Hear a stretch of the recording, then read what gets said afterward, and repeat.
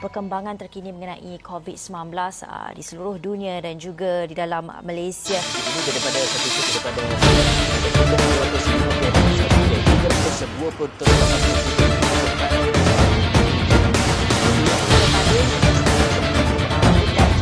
apabila seseorang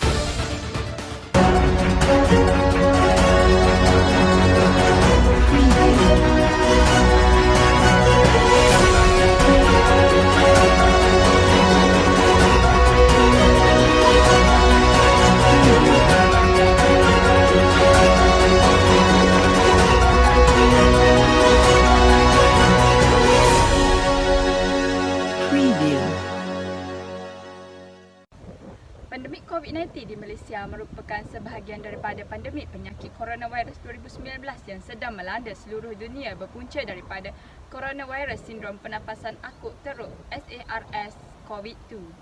Sehingga kini, Malaysia berada di tempat ketiga bagi jumlah kes jangkitan COVID-19 dan juga jumlah kematian akibat penyakit tersebut di Asia Tenggara selepas Indonesia dan Filipina. Setakat 19 Februari 2022, terdapat sebanyak 3 juta kes yang telah disahkan di Malaysia dengan sebanyak 2 juta kes sudah pulih sepenuhnya dan 32,000 kes kematian serta 243,000 kes masih aktif. Sejak Januari 2020, tindak balas dan kesiapsiagaan perubatan terhadap wabak tersebut di Malaysia diselia oleh Ketua Pengarah Kesihatan Tan Sri Dr. Nur Hisham Abdullah di bawah Kementerian Kesihatan dan 3 buah kerajaan berturut-turut.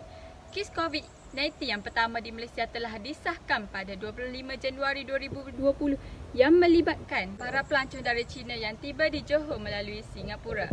Walaupun pada awalnya wabak tersebut terbatas kepada kes yang diimport, beberapa buah kluster tempatan telah muncul pada bulan Mac 2020. Kluster yang terbesar pada ketika itu dikaitkan dengan Perhimpunan Agama Jemaah Tabligh yang diadakan di Kuala Lumpur yang membawa kepada kenaikan besar-besaran dalam kes tempatan serta pengeksportan kes ke negara jiran.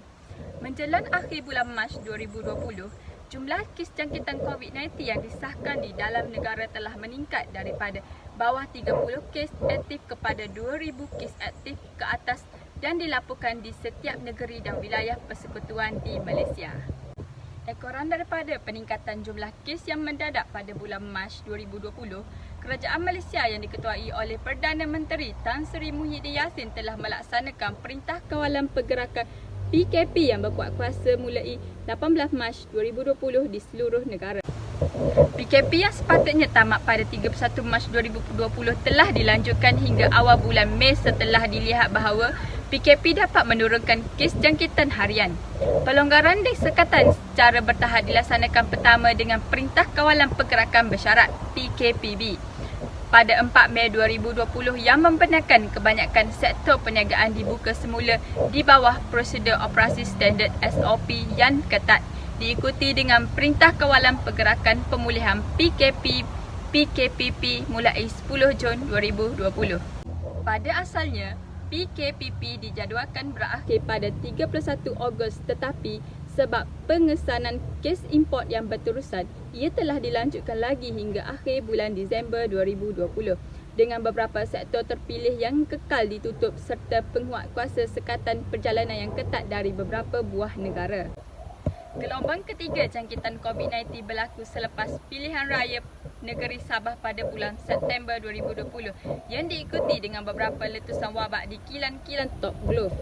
Hal ini menyebabkan kerajaan menguatkuasakan PKPB di kebanyakan negeri mulai bulan November 2020 bagi membendung penularan jangkitan virus tersebut.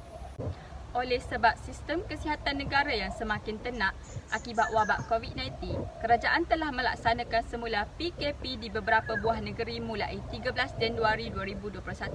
Akhirnya, kerajaan menyelaraskan PKP di seluruh negeri kecuali Sarawak mulai 22 Januari 2021. Darurat juga telah diisytiharkan oleh Yang di-Pertuan Agong di seluruh negara pada 12 Januari 2021 menyebabkan penangguhan sebarang sidang Parlimen dan Dewan Undangan Negeri DUN serta memberi kuasa darurat kepada kerajaan hingga 1 Ogos 2021. Berikutan penurunan bilangan kes jangkitan baharu pada awal bulan Mac 2021, kerajaan telah menamatkan PKP di semua negeri dan wilayah persekutuan di dalam negara. Namun, PKP dikembalikan sekali lagi di beberapa buah negeri sejak pertengahan bulan April 2021, berikutan peningkatan semula dalam bilangan kes jangkitan harian.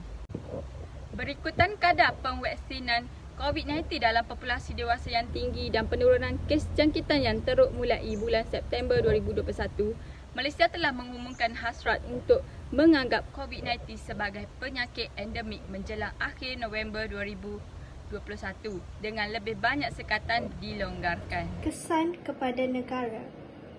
Pandemik ini memberikan kesan yang buruk kepada Malaysia, terutamanya terhadap sektor ekonomi negara. Sekatan pergerakan yang telah diperkenalkan telah menyebabkan aktiviti ekonomi menguncup di mana pengguna tidak lagi membuat pembelian seperti biasa dan ini menyebabkan penawaran melebihi permintaan untuk barangan dan juga perkhidmatan. Disebabkan ini, banyak perusahaan kecil dan sederhana tutup atau jatuh muflis akibat kerugian yang dialami oleh mereka. Terdapat laporan menyatakan bahawa beberapa syarikat tidak dapat melangsungkan perniagaan mereka serta mengalami kesukaran untuk membayar gaji pekerja. Seterusnya mengakibatkan pemberhentian pekerja untuk meminimumkan kos operasi. Terdapat juga syarikat-syarikat yang membekukan pengambilan pekerja baharu dalam tempoh ini serta mengurangkan jumlah jam bekerja bagi pekerja yang sedia ada untuk membolehkan syarikat mereka terus beroperasi. Impak wabak COVID-19 ini bukan hanya tertumpu kepada sektor ekonomi semata-mata, tetapi sektor-sektor lain seperti sektor pendidikan juga menerima kesan secara langsung dari wabak ini. Setiap tahun, institusi pengajian tinggi awam dan swasta di Malaysia menghasilkan lebih kurang 300,000 graduan di mana secara terperinci terdapat 5.36 juta graduan pada tahun 2020. Ia meningkat 4.5% daripada 5.13 juta graduan pada tahun 2019. Peningkatan jumlah graduan selama bertahun-tahun ini seiring dengan kesedaran mengenai pentingnya pendidikan tinggi untuk meningkatkan taraf kehidupan.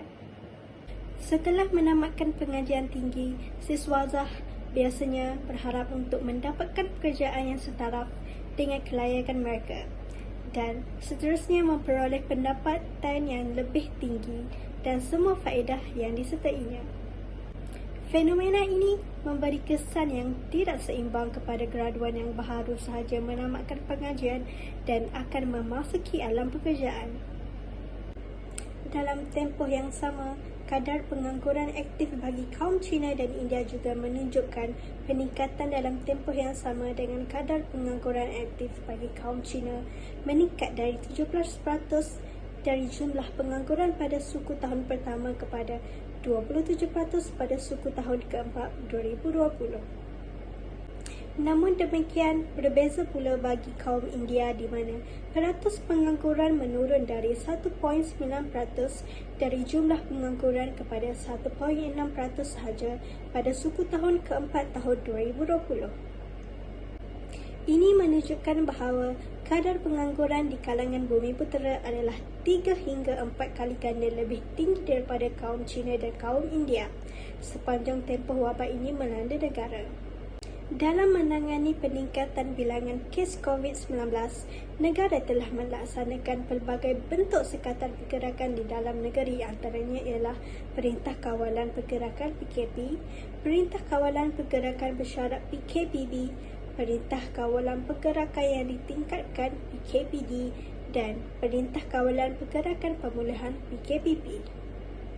Perintah kawalan pergerakan ini telah menyebabkan banyak perniagaan telah terjejas kerana kerajaan hanya membenarkan 5 sektor ekonomi yang penting seperti kesihatan, makanan dan minuman serta keperluan asas dibenarkan menjalankan operasi.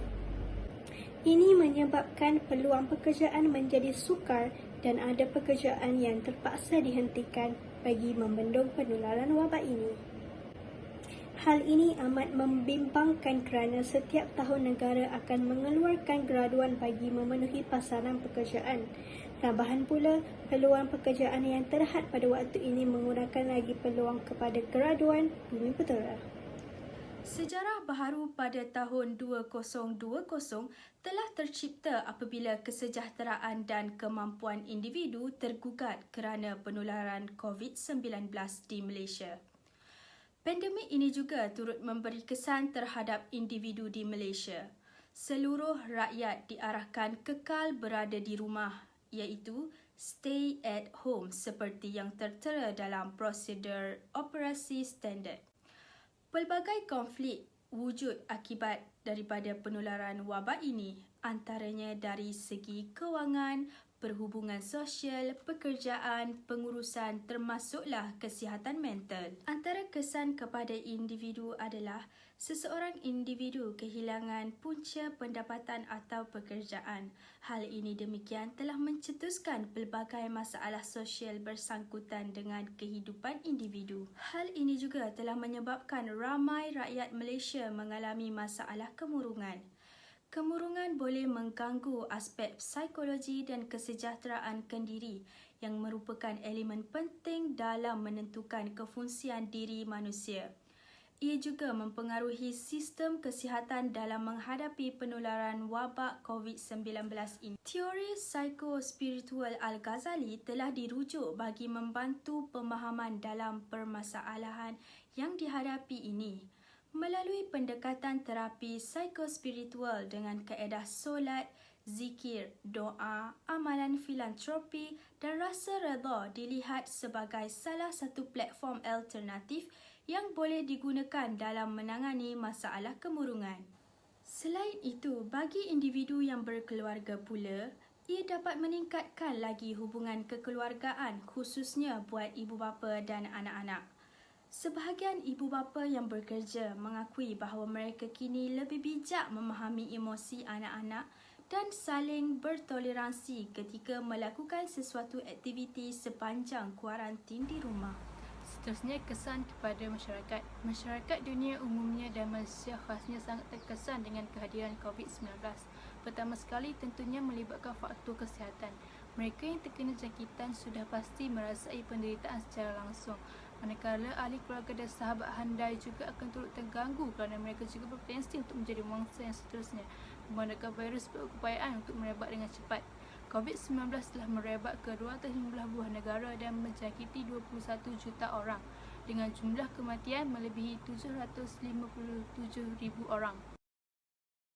Di Malaysia telah berlaku peningkatan kes COVID-19 secara mendadak, iaitu 150 kes pada 15 Mac 2020, disusuli dengan 125 kes baharu pada 16 Mac 2020. Keadaan ini telah menimbulkan kerisauan banyak pihak dan kerajaan Malaysia telah memutuskan untuk melaksanakan Perintah Kawalan Pergerakan mulai 18 Mac 2020 di seluruh negeri. Perintah kawalan ini dibuat di bawah Akta Pencegahan dan Pengawalan Penyakit Berjangkit 1988 dan Akta Polis 1967. Perintah kawalan pergerakan ini meliputi larangan menyeluruh pergerakan dan perhimpunan ramai di seluruh negara termasuk aktiviti keagamaan, sukan, sosial dan budaya.